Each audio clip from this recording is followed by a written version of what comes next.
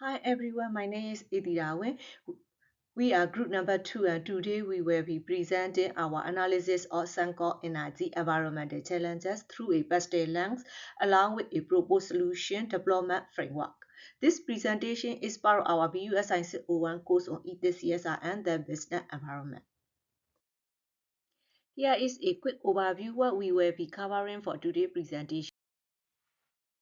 Suncor Energy is a major player in Canada oil and gas industry, but its operations have significant environmental consequences.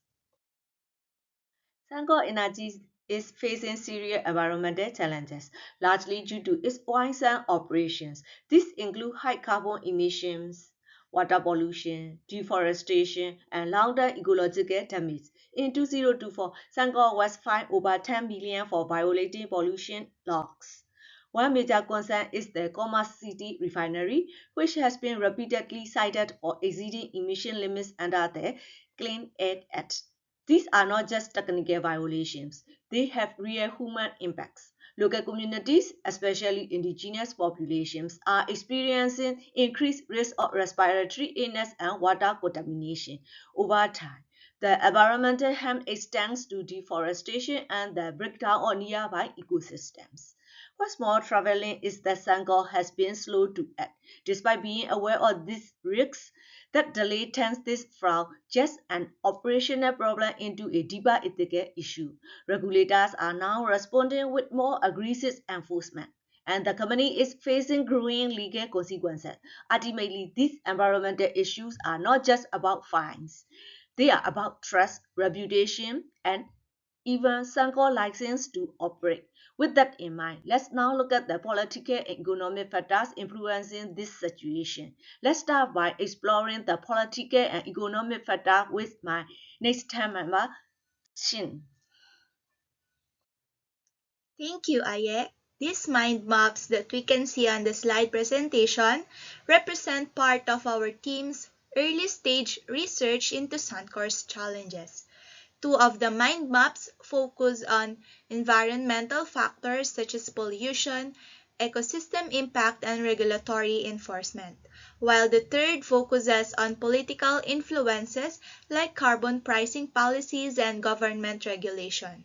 By exploring the issue from both environmental and political perspectives, we were able to identify the most pressing risks Suncor faces and use that as a foundation for our PESTEL analysis and recommendations. And now, let's examine the political and economic pressures that are shaping Suncor's current challenges. And from a political standpoint, Suncor is operating in an environment of heightened regulatory oversight. Both the U.S. Environmental Protection Agency and Canadian regulators, and they have introduced a stricter environmental laws, particularly targeting carbon emissions and industrial pollution. And one major policy is carbon pricing, which directly increases Suncor's operational costs, making oil sands production more expensive. In addition to facing regulatory fines, Suncor is now under growing pressure from government bodies to improve environmental performance. In fact, the company was one of the most active oil lobbyists in the first quarter of 2024, highlighting the intensity of its efforts to influence climate policy. However, despite these efforts, enforcement actions are becoming more frequent and aggressive, signaling a clear shift towards stronger environmental governance. And now, looking at the economic factors, these political pressures come with a financial cost. In 2024 alone, Suncor was fined over $10 million for environmental violations, and directly impacting its bottom line. But fines are just one part of the picture. Investor confidence is also being affected. Major institutional investors such as PKA, a Danish pension fund, have divested more Suncor due to its weak performance on ESG criteria, especially environmental responsibility. And the signals is a growing trend. Investors are no longer just looking at profit, they're also paying close attention to sustainability. Furthermore, fluctuating oil prices are adding uncertainty to Suncor's long-term planning. These price swings make it difficult to forecast earnings and invest in cleaner technologies. Together, these economic factors are increasing financial risk, reducing Suncor's attractiveness to ethical investors, and raising concerns about its future stability. In summary, the political and economic landscape is becoming increasingly tough for Suncor. Stricter laws, rising costs, and declining investor trust are creating significant barriers to sustainable growth. And now, Che will continue by exploring the social, technological, environmental, and legal dimensions of Suncor's situation. Hello everyone, and my part is past summary and analyze. There is a four part of the summary and the technical, environmental, legal, and social factors. The sensor energy factors significant community health risks at the social level and participators potential threat to the health of the surrounding residents posed by its business activities. In addition, protects from indigenous communities against resource development projects continue to increase and reflecting in the cultural and preservation and that the society.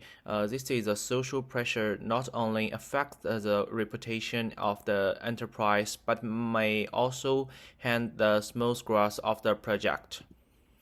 And let's talking about the technological factors. The company investment is a clean technology is still inefficient, lacking the systematic innovation and upgrading, which limits its ability to achieve a sustainable development. At the same time, secret trend of the environmental and operational regulation. Solar energy is need to introduce the artificial intelligence and automatic.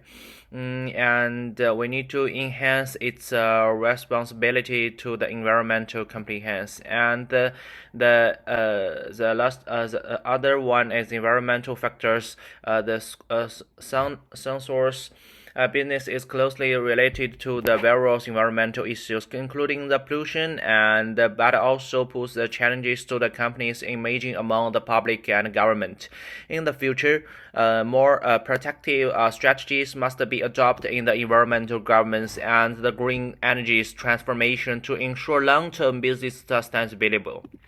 And the third one is talking about the legal factors. Sonergy has the first legal faction for the voting in the clean air.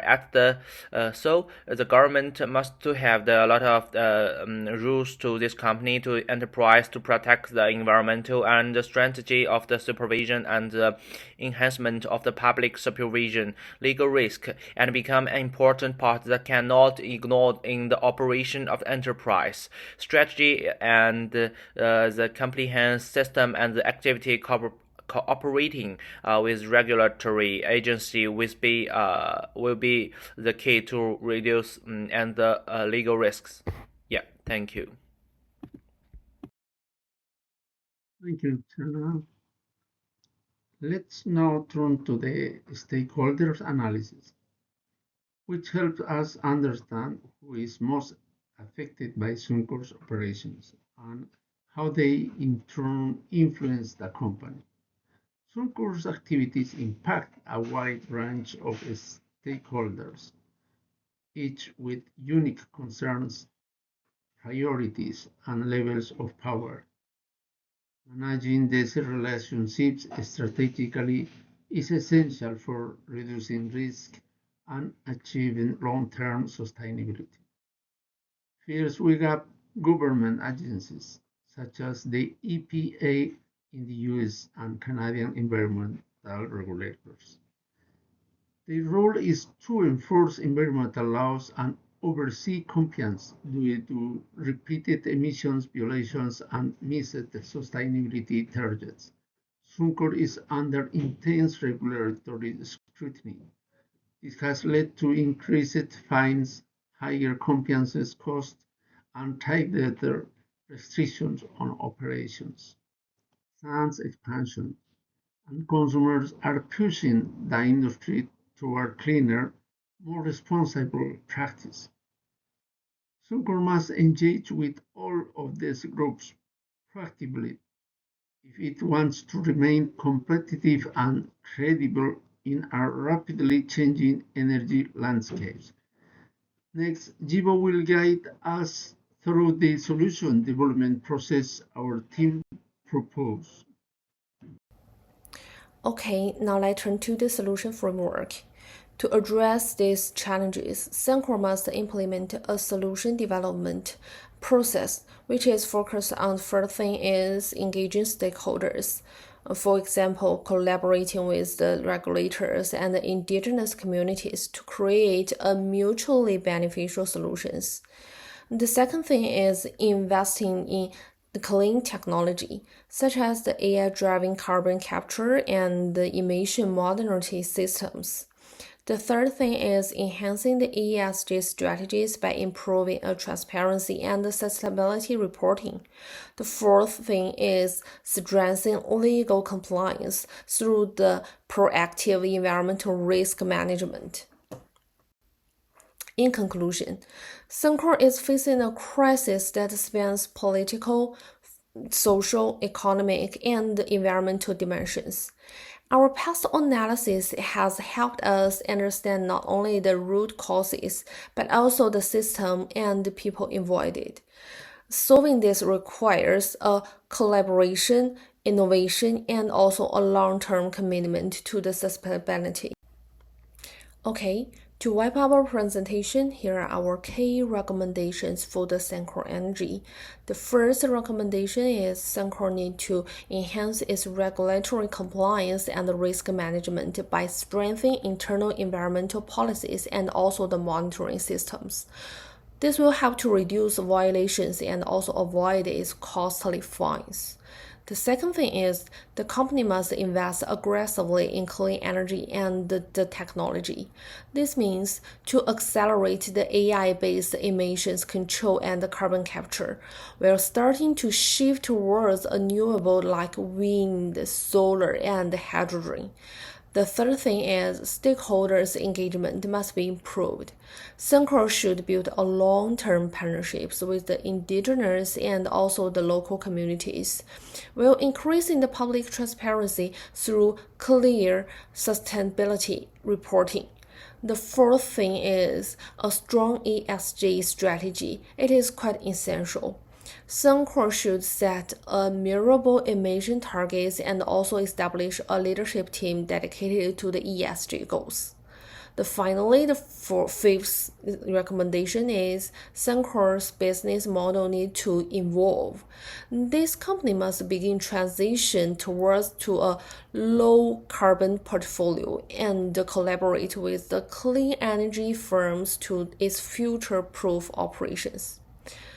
These recommendations were made aim not only to address the current environmental and legal challenges, but also helped Suncor align with its global expectations and also secure a sustainable future. That's all about our reporting, and thank you for your listening. Thank you, Jane. To close our presentation, here is our reference list. These are the sources we use to support our research and analysis, including academic journals, government report, regulatory data, and new articles. All citations are formatted in APA style to maintain academic integrity. We use these references to ensure our PESTEL analysis, stakeholder mapping, and recommendations were grounded in credible and up-to-date information.